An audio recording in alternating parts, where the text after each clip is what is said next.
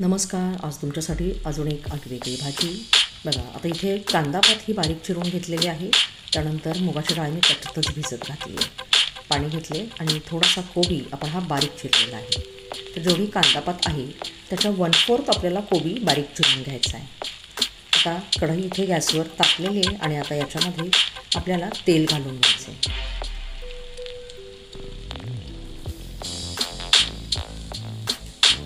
तेल चांगले तापत आले की आपण आता याच्यामध्ये घालणार आहे बारीक चिरलेला लसूण इथे मी ठेचून न घेता बारीकच चिरून घेतला आहे. त्यानंतर छोट्या 3 हिरव्या मिरच्या वापरलेल्या आहेत. तुम्हाला वाटलं तुम्ही तिखटाचं प्रमाण इथे कमी किंवा जास्त करू शकता. तेलामध्ये लसूण आणि मिरची आपण इथे परतून घेतोय छान. ते परतून झाल्यानंतर बारीक चिरलेला अर्धा टोमॅटो वापरला, मध्यम आकाराचा टोमॅटो त्यातला अर्धाच वापरलेला आहे. लसूण, मिरची आणि टोमॅटो तेलामध्ये परतून घेत असताना बघा टोमॅटोचा रस जो आहे तो त्या तेलामध्ये उतरतोय आणि तो फ्लेवर अजून छान येतो. आणि आता पुढे जी आपण बारीक चिरून घेतलेली कांदापात आणि कोबी होती बारीक चिरून घेतलेली पाण्यामध्ये ती धुवून घेतली आणि मुगाची डाळ हे सगळं मी वेगळी डाळ भिजवण्यापेक्षा त्याच्यामध्ये थोडीशी डाळ ॲड केली होती, साधारण छोटी पाववाटी. आपण पाणी निथळून घेणार आहे आणि नंतर आपण त्या फोडणीमध्ये हे सर्व घालून घेते.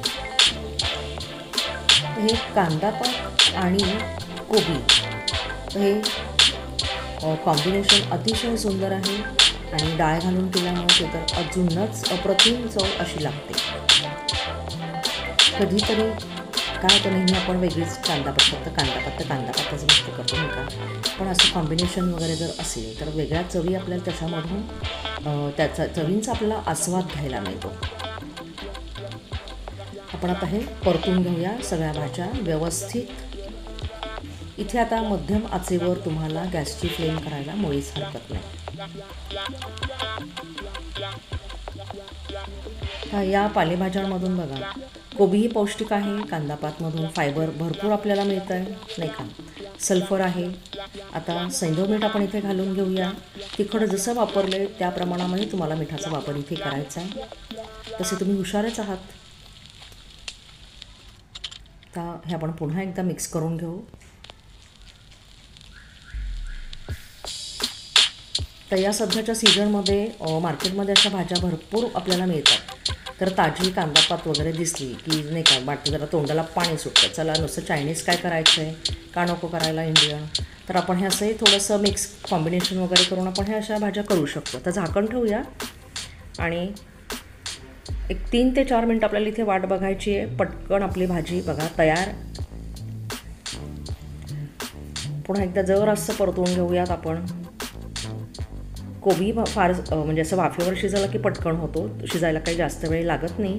त्यानंतर ही कांदापात आणि डाळ तर आपण भिजवून घेतली होती. तुम्हाला वाटलं तुम्ही मुगाच्या डाळीच्या ऐवजी हरभऱ्याची डाळही इथे वापरू शकता, तीही चवीला छान लागते.